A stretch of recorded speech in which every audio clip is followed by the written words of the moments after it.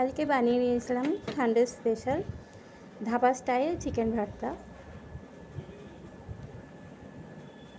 দেখো কত ভালো টেক্সচারটা এসছে, পুরো দোকানের মতো লাগছে।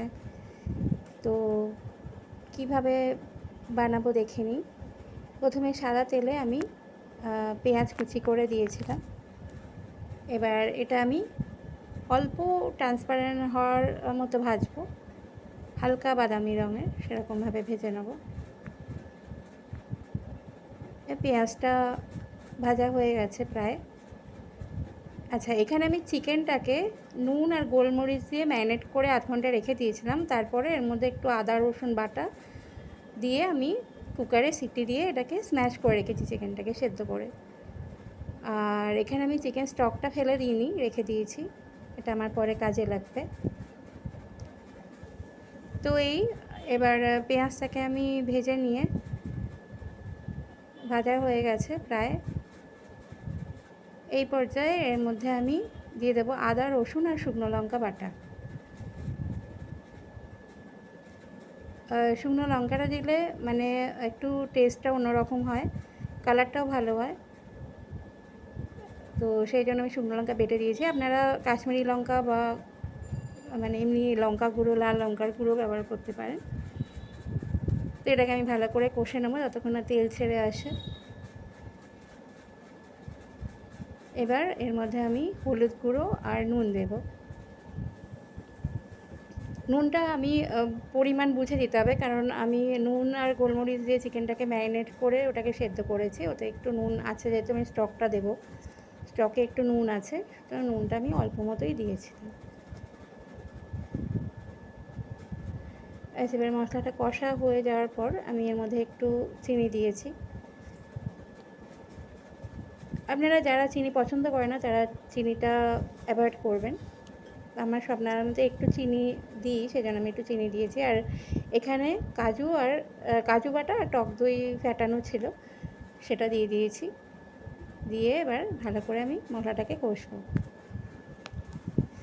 চিকেন ভর্তা জিনিসটা কিন্তু জোগাড়টাই আসল, জোগাড়টাই করতে একটু টাইম লাগে, নাহলে এমনি রান্নাটা খুবই তাড়াতাড়ি হয়ে যায়। ভীষণ টেস্টি একটা রান্না।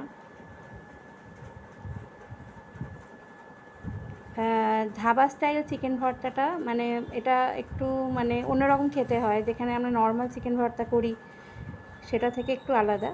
তো এমন কিছুই না, খুবই সাধারণ একটা ব্যাপার। আর রান্নাটাও খুব একটা কঠিন না, খুবই সোজা।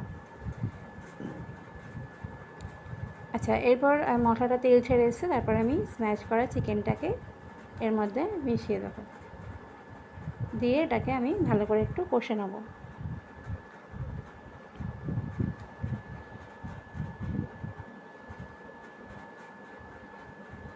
ভালো করে কষে নিয়েছি।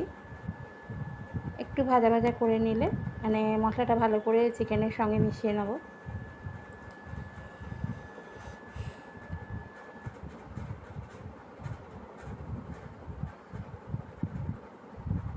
আচ্ছা, আমার মশলাটা কষা হয়ে গেছে। তখন আমি এর মধ্যে চিকেনের সেই স্টকটা যেটা আমি রেখে দিয়েছিলাম সেটা আমি দিয়ে দেবো। দিয়ে এটাকে মানে ভালো করে একটুখানি, চিকেন তো সেদ্ধ করার কোনো ব্যাপার নেই, মশলাটাকে একটু মানে চিকেনের সঙ্গে মেশার জন্য আমি একটু এর মধ্যে স্টকটা ব্যবহার করলাম। এই স্টকটার মধ্যে মশলার ফ্লেভারটা রয়েছে, এর মধ্যে যেহেতু গোলমরিচ, নুন, আদা রসুন বাটা সব দেওয়া ছিল।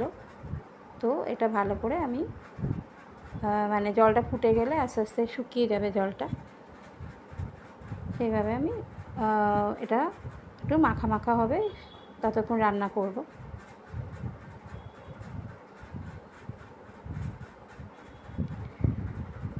জলটা শুকিয়ে এসছে অনেকটাই।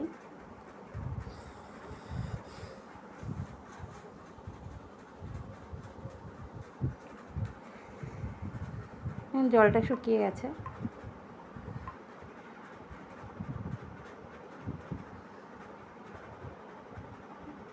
এটা এখন ভালো করে আমি মিশিয়ে নিচ্ছি পুরোটা রান্নাটা। এটা শুধু ওই নেড়ে যেতে হবে এখন, আর কোনো আপাতত কাজ নেই। আচ্ছা, এই পর্যায়ে এবার দেখুন মশলাটা কষা হয়ে গেছে, মানে চিকেনটা শুকনো হয়ে এসছে। জলটা শুকিয়ে গেছে প্রায়। এবার আমি এর মধ্যে দিয়ে দেবো এর আসল জিনিস, এটা হচ্ছে গরম মশলা, গোলমরিচ, জয়িত্রী আর বড় এলাচ। গোটা গরম মশলা, গোলমরিচ, জয়িত্রী আর বড় এলাচ, এটা শুকনো খোলায় নেড়ে আমি গুঁড়ো করে রেখে দিয়েছিলাম। এই মশলাটাই কিন্তু এর মধ্যে মেন। ধাবাতে কিন্তু এই মশলাটাই এর মধ্যে দেওয়া হয়, যার জন্য এর টেস্টটা একটু অন্যরকম হয় ঘরোয়া আমরা যেরকম বানাই তার থেকে। তো সুতরাং এই মশলাটা দিয়ে আমি এটা ভালো করে মিশিয়ে নেব। এবার এর মধ্যে আমি দেবো হচ্ছে আরেকটা ভাইটাল ইনগ্রেডিয়েন্টস, এটা হচ্ছে ক্রিম। ক্রিমের পরিমাণটা একটু বেশি দিলে টেস্টটা আরও ভালো হবে। তো আমি একটু বেশি পরিমাণে ক্রিম দেবো এর মধ্যে। মানে এর চিকেনটা পুরো ক্রিমি টেক্সচার হবে আর খেতেও ভীষণ ভালো হবে এই ক্রিমটার জন্য। ভালো করে ক্রিমটা দিয়ে এবার এটাকে মিশিয়ে নেব।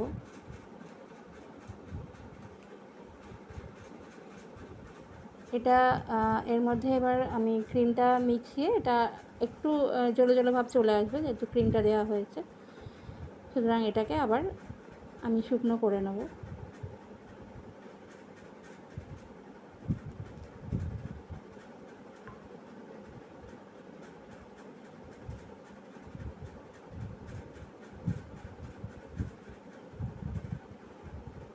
দেখুন অনেকটা জল বেরিয়েছে, এই জলটা আমি শুকিয়ে নেব এবার।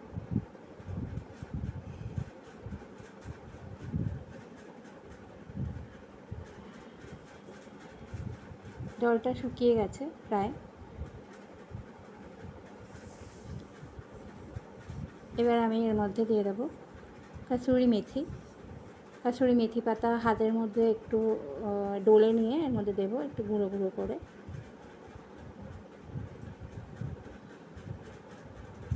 এই জিনিসগুলো যেগুলো লাস্টের দিকে আমি দিলাম, এই সেগুলোই কিন্তু স্পেশালি চিকেন ভর্তাটার জন্য। যে কোনো একটা কিন্তু না হলে এই ভর্তাটা এরকম টেস্ট হবে না। আমার চিকেন ভর্তা রেডি। এবার আমি সেদ্ধ ডিম কুচি করে রেখেছিলাম, সেটার মধ্যে দিয়ে দিয়েছি। আর এর মধ্যে একটা স্পেশাল আমার ইনগ্রেডিয়েন্টস, সেটা হচ্ছে একটু চিজ। আমি এটা দিয়েছিলাম, কিন্তু এটা না দিলেও হয়, এটা অপশনাল, এটা নাও দিতে পারেন। ডিমটা অবশ্যই দেবেন আর চিজটা অপশনাল। কিছুক্ষণ ঢাকা দিয়ে রেখে দেবো গরমে, চিজটা যখন মেল্ট হয়ে যাবে